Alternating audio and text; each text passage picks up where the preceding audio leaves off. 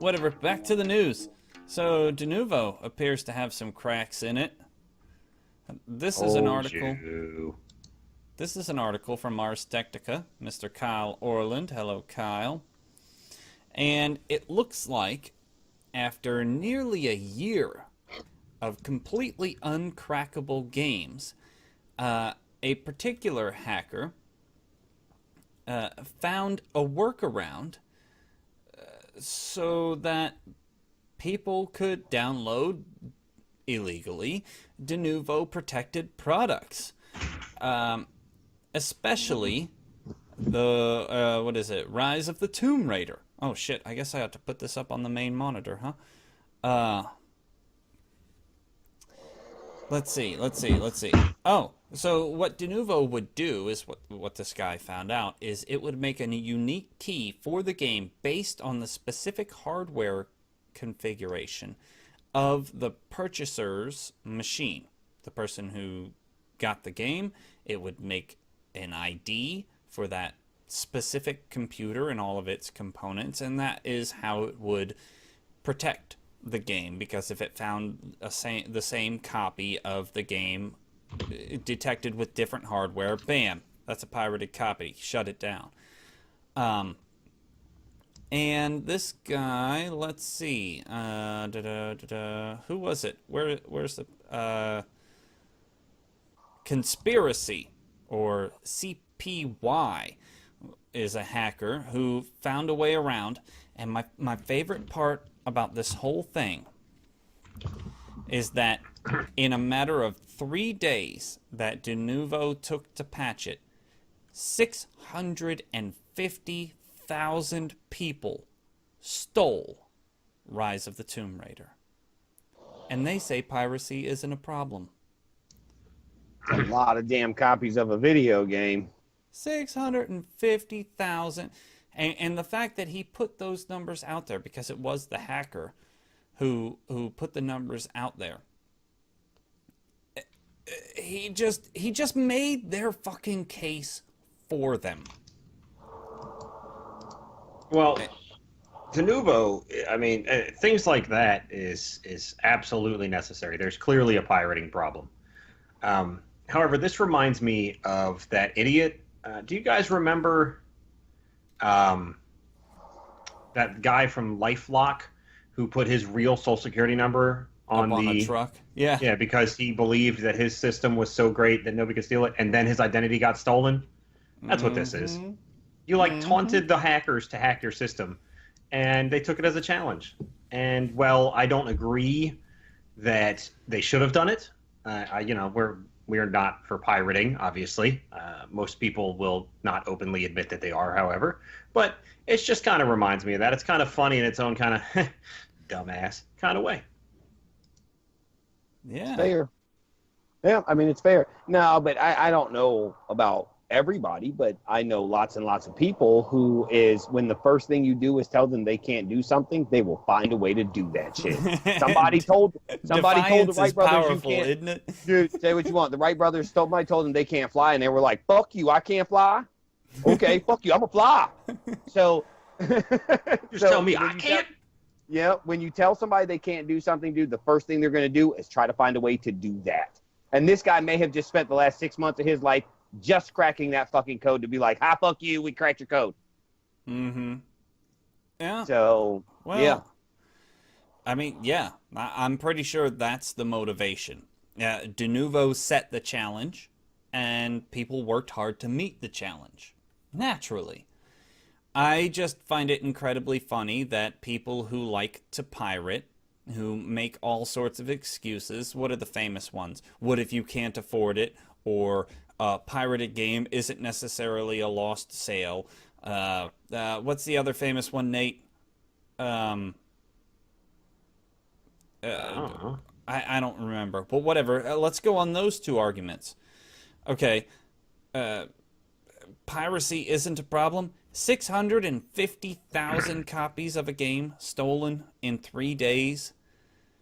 Just in the tiny window that it was made available.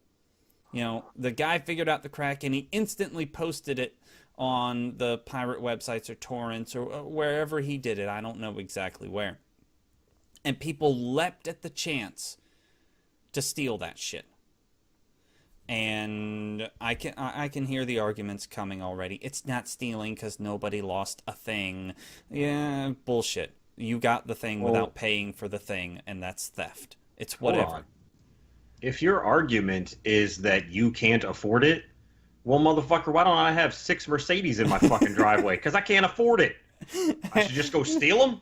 Yeah, well, I mean, that's kind of it's a flawed analogy. How about this one? When we were kids, BMW. Just saying. Think about it. When we were kids, or when we were poor, which kind of happens too often nowadays anyway. If you can't afford a game, you just don't get that game. That's pretty much all there is to it. You wait for it. Yeah, you wait for it. Or you work some overtime, or yes. Yeah, so that's bullshit. And the idea that a pirated copy isn't a lost sale, maybe not, but it's still one hell of a fucking insult to the people who worked really fucking hard to make that game.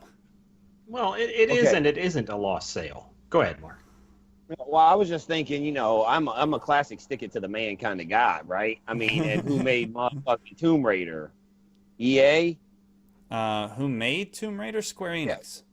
Yeah. Okay, but who produced it? I mean, who put it out? Who was the I don't know. I'll Google it right now. Keep talking. But no, my thing is, this is a company who's already had to pay their developers. They've already paid for the all the hardware and the software that goes into the game and all that shit. So I'm a little bit for sticking it to the man, but I don't want somebody to come up and take my shit. I worked hard for that shit.